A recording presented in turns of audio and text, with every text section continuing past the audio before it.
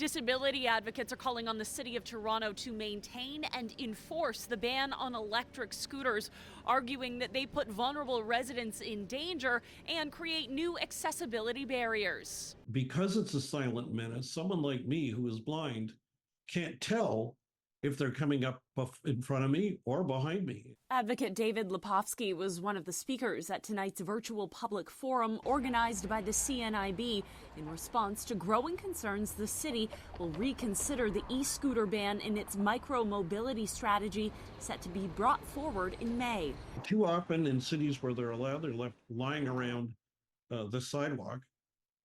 And for blind people, they're a tripping hazard.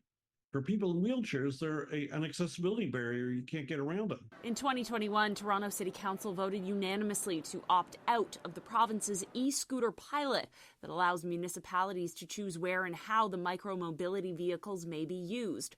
Currently, e-scooters are not allowed to be operated, left, stored, or parked on any public street in Toronto. This includes bicycle lanes, cycle tracks, trails, paths, sidewalks, or parks. But a walk down any city street proves they are still being widely used.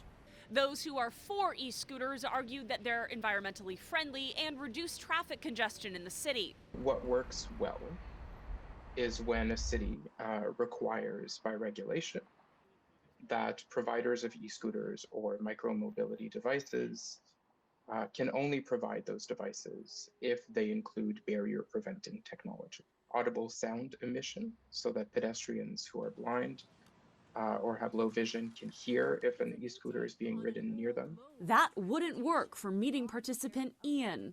The expectation is that if I, as the e-scooter operator, have an emitter on my vehicle, and the expectation is that people will clear out of my path so that I can continue on my way.